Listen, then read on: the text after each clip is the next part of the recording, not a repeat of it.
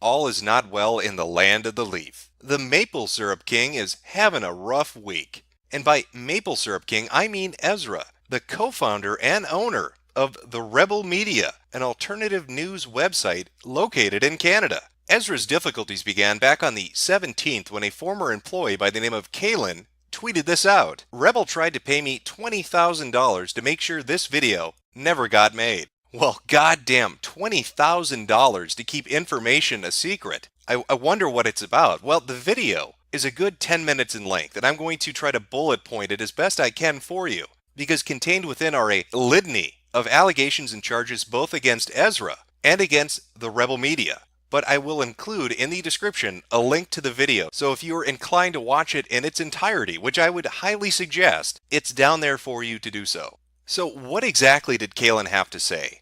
$20,000 is a hefty sum to be offered to keep silent about something. But what exactly is that something? Well, to start with, that $20,000 was hush money.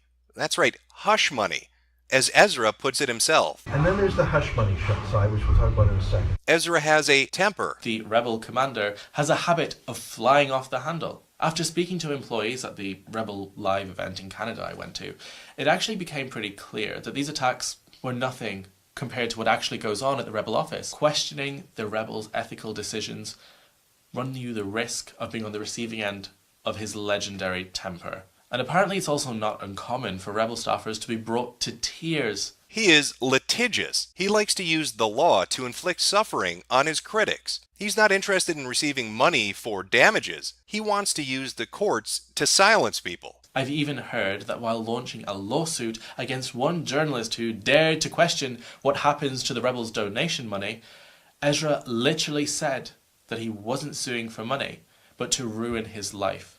That the reason he was suing him was so he actually committed suicide. There was a guy in Ottawa who talked about our crowdfunding, and so I sued him for $95,000, which is not a lot of money, but it's just, I wanted to send a signal. And fucking this guy here is in a 5-year trap. He's in a 5-year fucking trap. But things really begin to heat up when they get into the topic of donation money as well as email petitions, because it would seem, as Kalen alleges, the Rebel is misusing or misappropriating the funds that it receives through donations from the viewers. When the Rebel asked for money that it already had for the Israel trip, what exactly was that money for? When Laura Loomer was arrested in New York, Ezra had already set up a donation page for legal fees. And that was before she even stormed the stage. When Rebel said it needed $25,000 to make a documentary about Iraqi Christians, the documentary never happened. And to turn stories into campaigns. Over and over, Ezra would drill into us the importance of collecting email addresses. To sign our petition. And chip in 10, 20, 50 bucks to sign our petition. I've set up a petition. Sign our petition. You go to firebob.ca. Sign our petition. Sign our petition. They can't stop us. Even once boasting over dinner how easy it was to use a website called Nation Builder to send 100,000 people an email asking for money without the media or the public knowing anything about it. And those donations, well, they actually play a part in some previous history with the website. In regards to a former contributor, for those of you unfamiliar with Lauren Southern, she was most well known for hunting down illegal immigrants through the forests of Europe. It was quite a popular show. She would go out there and round them up and then execute them after making them get on their knees. At least this is what Jack Conte told me. I can't vouch for the accuracy of it, but you know, it is manifest observable behavior, or some shit like that. Lauren was a popular contributor. She gained quite a following and she brought in a lot of views for the Rebel Media. And so when she published this video... But it's time for me to go independent. I've been meaning to for a while, and you know, I can't get into too much detail about what went down at Rebel. It came as a shock to people. Why would she be leaving the website? Why would she be going independent? Well, according to Kalen, there's a backstory to that has to do with how the Rebel raised money and what Ezra asked of Lauren in relation to it. Now, do you remember that Israel trip that Rebel crowdfunded for? The one that took place at the same time that Lauren Southern went independent? It's not a coincidence.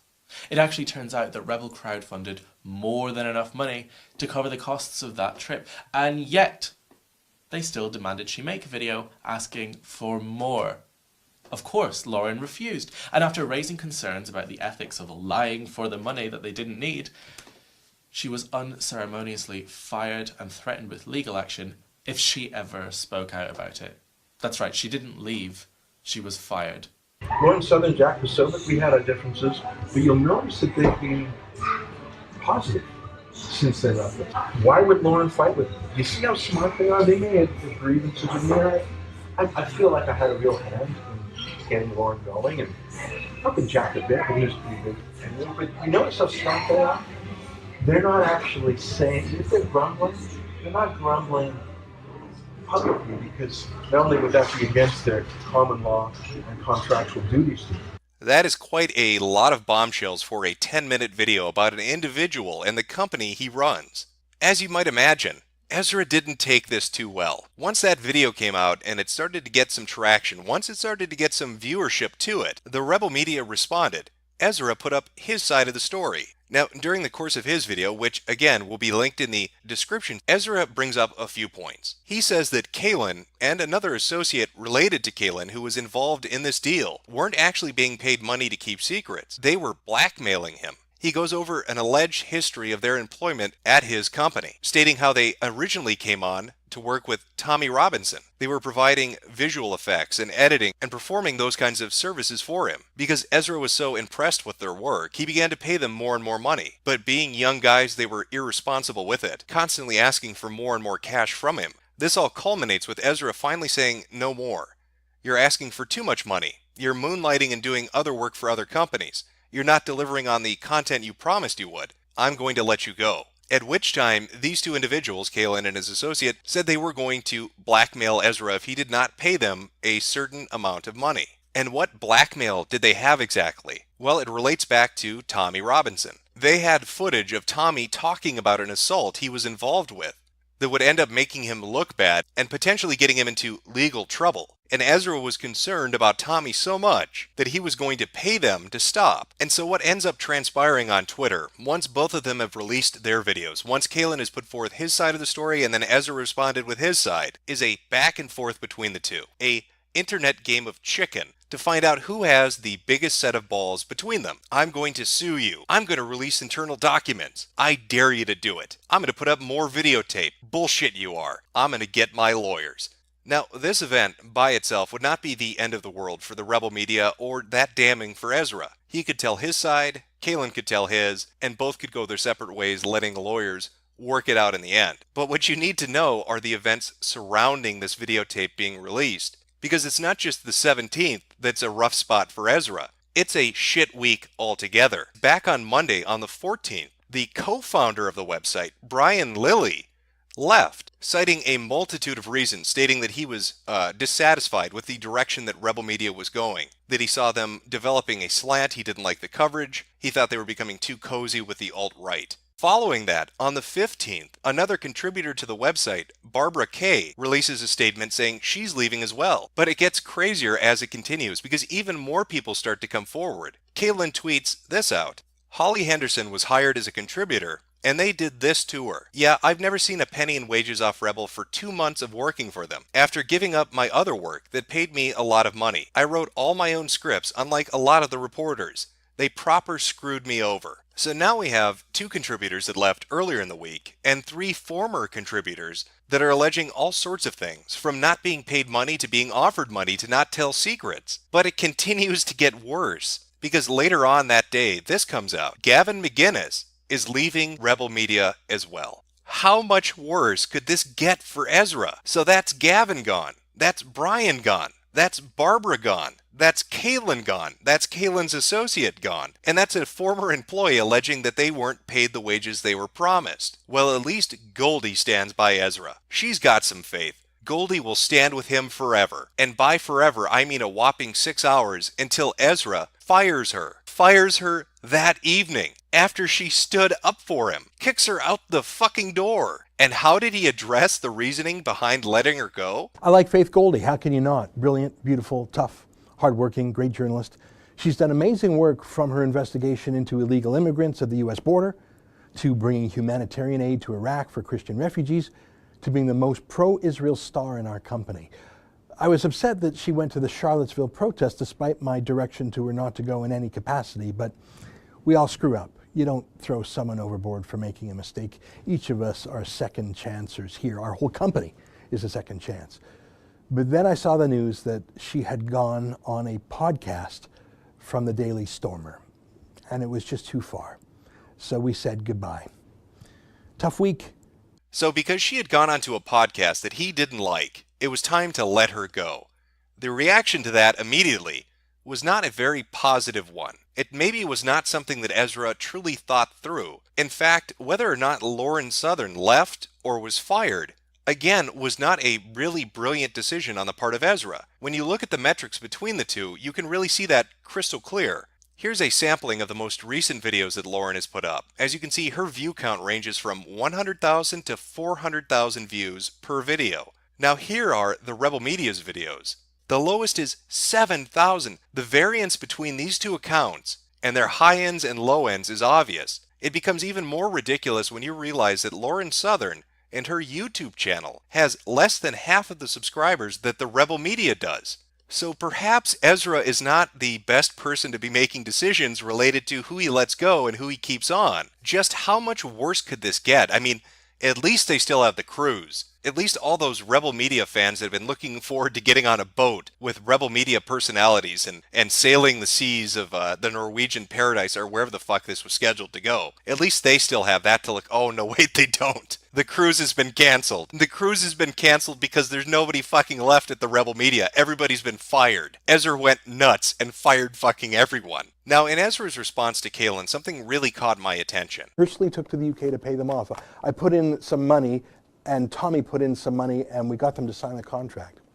The way he phrases it makes it seem like Tommy Robinson was directly involved in all these events. But when you look at Kaylin's Twitter account, he keeps talking about leaving Tommy out of it. He doesn't want to get him involved. He's not looking to throw him under the bus. He even accuses Ezra of doing that. Well, fast forward a day, and Kaylin releases this videotape to address the allegations that Ezra brought up in his response. We had that agreement that was made, that was the 2 months pay offered, and then the difference contractually on the house that we wouldn't have otherwise taken. We've got 10 months left in the contract on the house. It's a 4-bedroom house that we got kind of with what we firmly believe is you agents on, saying that centralising to autonomy, we can do it in the house, all that kind of stuff.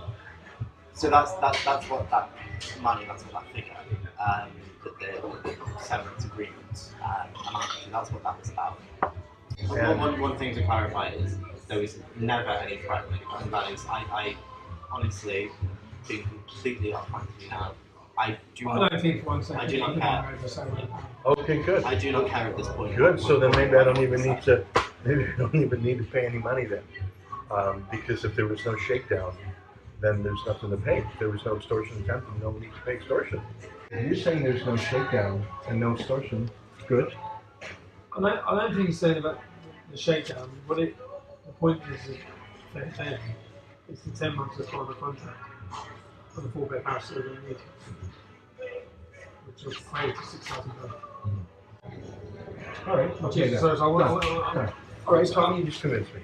Tommy Robinson was there, yet Ezra was dissatisfied with this. He actually responded by saying that it was doctored, it was edited, and he dared Kaylin to release the unedited footage. Now, as we stand right now, that hasn't happened, but I want you to just take a look at the big fucking picture here. Just pull up a calendar and just look at the justing that's been going on since that's what it looks like.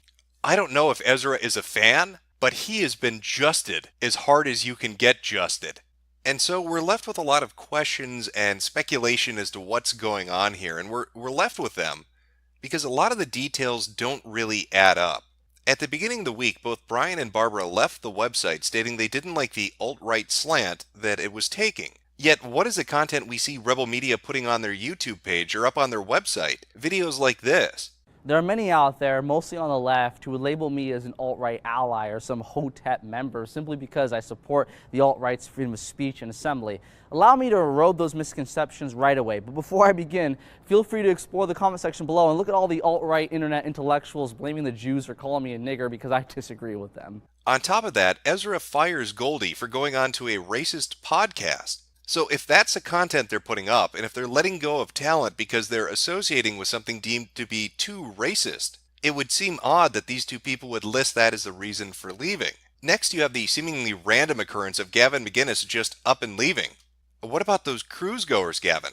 They want to see you in your leather assless chaps, you motorcycle riding madman. You're disappointing your fans, Gavin. How could you do it? Then you have former employees start to come out and bring all these allegations about what was going on behind the scenes, about people being basically bullied out for not begging for money, for not grafting for extra cash, which would be the case with Lauren. Now, whether or not that's true, we'll probably never really know. If she was forced to sign an NDA, a non-disclosure agreement, she can't really come out and say what's going on. And all of these events are transpiring during the same week that this video comes out. It almost seems as if the rebel media is a sinking ship with an insane captain, and everybody is fleeing from it so they don't get dragged down under when it goes. Now, is Kaylin telling the truth? Is Ezra telling the truth? Is the truth somewhere in the middle? I have no idea, but it is a fun shit show to watch. What does Ezra have left at the rebel media? He's got Laura Loomer. Laura Loomer and her godforsaken tires. Ah yes, the tires. What better thing do you want associated with your brand than an absurd story relating to tires? But that is not what the rebel media will be known for. It will be known for having talent that got shit-talked by the Michelin Man on Twitter, which is an accomplishment not many people can boast about, but Laura Loomer can. It is exceedingly rare for you to be able to watch the implosion of a media entity take place in real time before your eyes. But that is exactly what is happening with the rebel media. I think the simplest way to really sum it up and to put a nice bow on it is to say this. If you are a media website, if you create visual content that people consume, and you are more known for the people that have left your website than for the people that are still on your website, you are in deep, deep shit.